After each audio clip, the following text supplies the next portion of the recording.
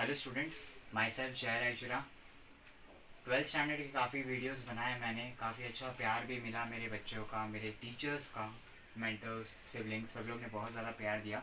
सो उनके लिए thank you so much, क्योंकि आज मेरे 100 सब्सक्राइबर्स कंप्लीट हो गए हैं।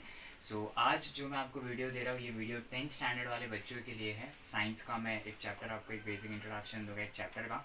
बहुत ज़्यादा इंपॉर्टेंट है ये लेक्चर। तो आज जो साइंस 10th स्टैंडर्ड का फर्स्ट चैप्टर है ग्रेविटेशन, वो स्टार्ट कर रहा हूँ मैं। ये चैप्टर बहुत ज़्यादा इंटरेस्टिंग है एंड बहुत अच्छा भी है, स्कोरिंग भी है, काफ़ी इंटरेस्टिंग चीज़ें हैं इसमें।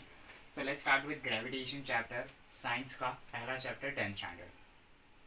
ग्रेविटेशन का नाम आते ही हमारे दिमाग में सबसे पहले नाम आना चाहिए सर आइजैक न्यूटन का।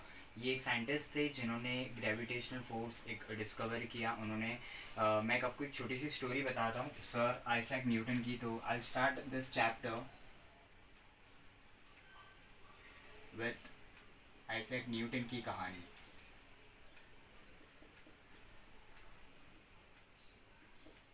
सबको उनकी कहानी पता होनी चाहिए कि एग्जैक्टली आइजैक न्यूटन के साथ क्या हुआ। तो आपको पता है कि एक दिन वो ऐसे ही पेड़ के नीचे बैठे थे, ऊपर से अचानक एक एप्पल गिरा। और वो एप्पल नीचे ही क्यों गिरा, ये न्यूटन सर के दिमाग में एक बार ख्याल आया। उन्होंने उस चीज़ के बारे में पढ़ा, एनालाइज किया, लॉजिक अपना बिठाया। तो उन्होंने देखा कि कोई भी चीज़ अगर अर्थ से एक सर्टन हाइट से नीचे ही आती है, अगर हम किसी चीज़ को ऊपर थ्रो भी करते हैं तो एट अ सर्टन हाइट वो वापस टूवर्ड्स अर्थ ही आता है। तो उन्होंने इस चीज़ के बारे में बहुत ज़्यादा डिटेल में पढ़ाई की एंड उसके बाद उन्होंने बताया कि अर्थ के पास एक फोर्स है that's known as a gravitational force. और वो फोर्स बाद में डिटेल में पढ़ने के बाद पता चला वो यूनिवर्सल है। Gravitational force is universal force. Yes, अब इसको यूनिवर्सल फोर्स क्यों बोला गया है, क्योंकि ये सिर्फ अर्थ पे नहीं होता, ये ऑल प्लैनेट पे होता है। ऑल प्लैनेट पे सर ग्रेविटी है क्या? नहीं बेटा। सन ने, जो सन है हमारा, उन्होंने 9 के 9 नहीं 8 के 8 प्लैनेट को पकड़ के रखा है with the help of gravitational force. तो जैसे अर्थ पे ग्रेविटी है जो हम सबको उन्होंने पकड़ के रखा है, वैसे 8 प्लैनेट को सन ने पकड़ के रखा है। That's force is called as gravitational force. तो मैं आपको ग्रेविटेशनल फोर्स या ग्रेविटी के बारे में कुछ बेसिक बातें बता रहा हूँ। इंट्रोडक्शन चल रहा है इस चैप्टर का कि ग्रेविटी की जो डिस्कवरी है वो आइजैक न्यूटन ने की थी। तो उनकी एक छोटी सी story.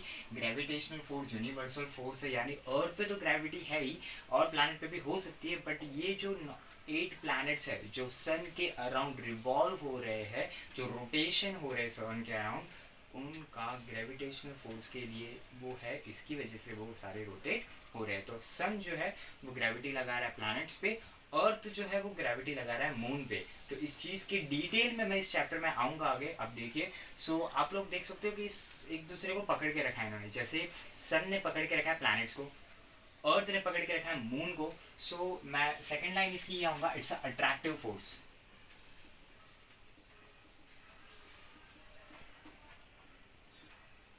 It's a attractive force. और उसका ऑब्वियसली ये फोर्स है, तो आपको पता होना चाहिए, नहीं पता तो बता दूँ, ये फोर्स है। तो इस फोर्स का डायरेक्शन भी होता है, क्योंकि ये वेक्टर क्वांटिटी है। Force is a vector quantity, it's have speed, sorry magnitude as well as direction. तो यहाँ पे अगर मैंने बोला इट्स अट्रैक्टिव फोर्स, तो ये फोर्स में डायरेक्शन भी आता है। सो डायरेक्शन है towards the centre, towards the centre. और ये कैसा सेंटर है? Towards the perpendicular. परपेंडिकुलर शायद आपको पता है, नहीं पता तो मैं बता दूं कि जो सीधा चीज़ होती है, एकदम परपेंडिकुलर, एकदम सीधा गिरता है। जैसे मैं आपको एग्जांपल दे दूं, न्यूटन सर जब बैठे थे तो एप्पल गिरा, वो एकदम स्ट्रेट गिरा था नीचे, ना कि किसी इंक्लाइन गिरा था, ना कहीं किसी और जगह गिरा था, वो ऐसे सीधा गिरा था। तो कोई भी चीज़ अगर अट्रैक्टेड टूवर्ड्स द सेंटर होती है तो वो सेंटर की तरफ परपेंडिकुलरली अट्रैक्ट होती है।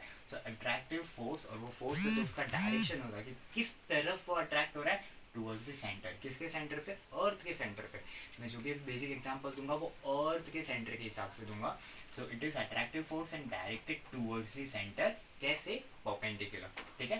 एंड इसके बाद और एक पार्ट कि आप जैसे जैसे ग्रेविटी सरफेस पे तो कुछ और होती है, हाइट पे जाओगे 1 किलोमीटर 2 किलोमीटर 3 किलोमीटर, जैसे जैसे आप अर्थ के ऊपर जाओगे ग्रेविटी अलग होगी, जैसे जैसे आप अर्थ के अंदर जाओगे ग्रेविटी अलग होगी। सो ग्रेविटी का जो वैल्यू है वो चेंज होता है with respect to height and with respect to depth. तो मैं लिख देता हूँ यहाँ पे, वो भी एक बहुत इंपॉर्टेंट चीज है, gravity acts different at different height and depth। तो ये भी एक इम्पॉर्टेंट पार्ट है। देखो मैंने ये सब जो लिखा है ना, इसको एक एक पॉइंट को इलाबरेट करेंगे इस चैप्टर में। तो यहाँ पे मैंने ये लिखा है कि gravity at different height and depth, जैसे जैसे आप ऊपर जाओगे ग्रेविटी का वैल्यू अलग होगा, जैसे जैसे आप नीचे जाओगे अर्थ के अंदर जाओगे डेप्थ में जाओगे ग्रेविटी का वैल्यू चेंज होगा। तो यहाँ पे जो ग्रेविटी का वैल्यू है जी का वैल्यू इट्स 9.8 मीटर पर सेकेंड स्क्वायर। इस चीज़ का प्रूफ मैं इस लेक्चर में आके दूंगा, आप लोग को देखना। इट्स 9.8 मीटर पर सेकेंड स्क्वायर और ये जो ग्रेविटी का वैल्यू है वो है ऑन सरफेस। अगर अर्थ के सरफेस पे कोई पूछेगा कितनी ग्रेविटी एक्ट हो रही है हम पे या बाकी ऑब्जेक्ट्स पे, तो इट्स 9.8 मीटर पर सेकेंड स्क्वायर। तो ये था ग्रेविटी अर्थ के सरफेस पे, हाइट पे डिफरेंट होता है, डेप्थ पे डिफरेंट होता है। एक और चीज़, अब मैं अर्थ पे हूँ तो मुझ पे ग्रेविटी एक्ट हो रहा है, तो कोई और ऑब्जेक्ट है उस पर ग्रेविटी एक्ट हो रहा है। तो ऐसा नहीं है कि सिर्फ अर्थ पे होने के बाद ही ग्रेविटी एक्ट होता है, ऐसा नहीं है कि और यूनिवर्स पे आप कहीं भी जाओ ना आप पे ग्रेविटी एक्ट होगा, बट वो वैल्यूज डिफरेंट होता है, इसलिए वो एक्ट नहीं होता। जैसे भी मार्स पे ज़्यादा हम लोग ने रिसर्च चली तो पता चला कि मार्स पे भी थोड़ा ग्रेविटी है, मून पे अर्थ का 1/6 ग्रेविटी है। तो different different value of gravities होती है हर जगह पे। तो जैसे मैंने हाइट और डेप्थ बता दिया, वैसे अलग अलग जगह पे, यानी कि मैं स्पेस की बात कर रहा हूँ, तो अलग अलग जगह पे स्पेस में अलग अलग वैल्यू ऑफ ग्रेविटी होती है। सो ये था बेसिक ग्रेविटेशन के बारे में। अब ग्रेविटेशन के बारे में इतना बोलने के बाद मैं फोर्स पे आऊँगा, क्योंकि ग्रेविटेशनल फोर्स मुझे अगर एक्सप्लेन करना आपको, जो न्यूटन का लॉ है, न्यूटन लॉ ऑफ ग्रेविटेशन, तो इसके पहले आपको फोर्स पता होना चाहिए क्या है। A force is necessary to change speed as well as direction। Speed as well as direction दोनों को चेंज करने के लिए, देखो ये मार्कर ही है रेस्ट पोजीशन पे, इसका स्पीड 0 है, डायरेक्शन तो कुछ भी नहीं है। अब मुझे इसको मूवमेंट करवाना है तो मैं फोर्स लगाऊंगा। तो कोई भी चीज़ अगर घूम रही है, स्पीड में है, चल रही है और मुझे उसको चेंज करना है तो मुझे क्या लगाना पड़ेगा, फोर्स। उसका डायरेक्शन अगर चेंज करना है तो मुझे क्या लगाना पड़ेगा, फोर्स। डायरेक्शन पे बेस्ट एग्जाम्पल देता हूँ, आप साइकिल चला रहे हो, आप स्ट्रेट हो, you are riding a cycle, आप स्ट्रेट हो, अब आपको डायरेक्शन चेंज करना, आपको राइट जाना, आप क्या करोगे, फोर्स लगाओगे ना। अगर हैंडल पे अगर फोर्स नहीं लगाया तो वो घूमेगा क्या, नहीं। तो किसी भी चीज़ का अगर डायरेक्शन चेंज करना है तो मुझे क्या लगाना पड़ेगा, फोर्स। आपके पास कार है 4 व्हीलर, स्टीयरिंग पे फोर्स लगाना पड़ता है तब जाके डायरेक्शन चेंज होता है, यस। तो डायरेक्शन चेंज करने के लिए क्या लगाना पड़ता है, फोर्स। तो वैसे ही मून, मैं बेस्ट एग्जांपल दूंगा, ये भी हम लोग स्पेस में है।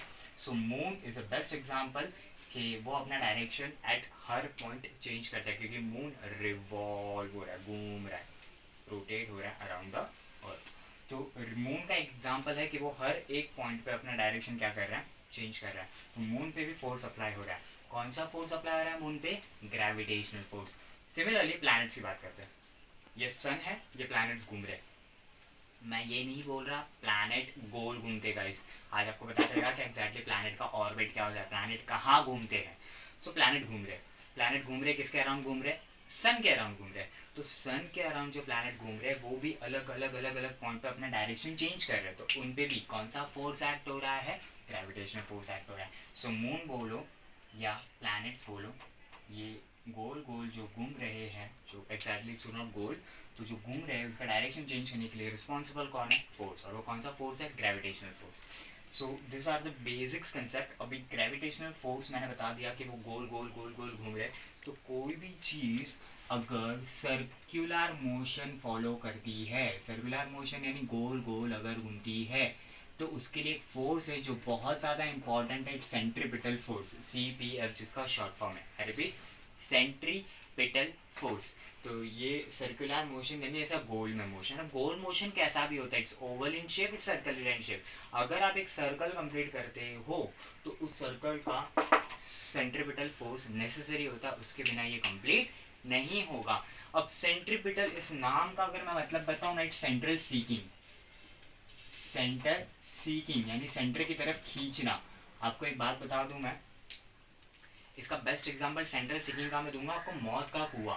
आपने देखा होगा एक कुएं के अंदर ये लोग मोटरसाइकिल राइड करते हैं, देख रहे हो यहाँ पे आप, हाँ मोटरसाइकिल राइड कर रहे हैं। वो मोटरसाइकिल राइड करते हैं ना तो उनकी एक पर्टिकुलर स्पीड होती है, अगर वो स्पीड के कम उन्होंने राइड किया तो वो गिर जाएंगे, यानी वो सेंटर की तरफ खींच देंगे। तो उन लोग को भी वो सरकमफ्रेंस, ये वर्ड समझ आ रहा है, सरकमफ्रेंस यानी उस वुडन प्लैंक पे रहने के लिए उनको वो स्पीड मेंटेन करना पड़ता है। Any object moving along a circle, along a circumference and directed,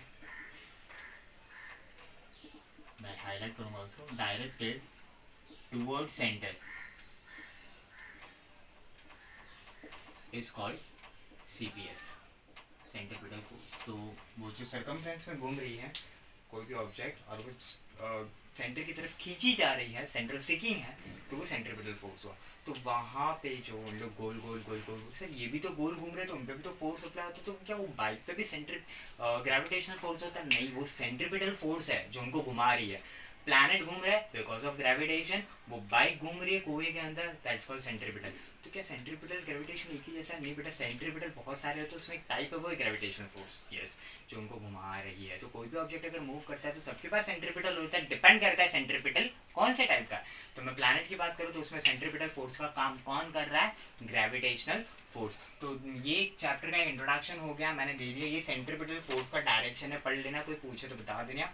ये फोर्स का है, फोर्स में इन दोनों पे फोर्स कौन सा एक्ट हो रहा है ये आपको पता होना चाहिए। एंड ये ग्रेविटेशन के बारे में कुछ बेसिक आपको बता दिया मैंने, इतना आप लोग पहले एक बार चाहिए तो रिवाइज कर लो, क्योंकि इसके बाद जो मैं बताने जा रहा हूँ वो इसके बेसिस पे बहुत ज़्यादा डीप है।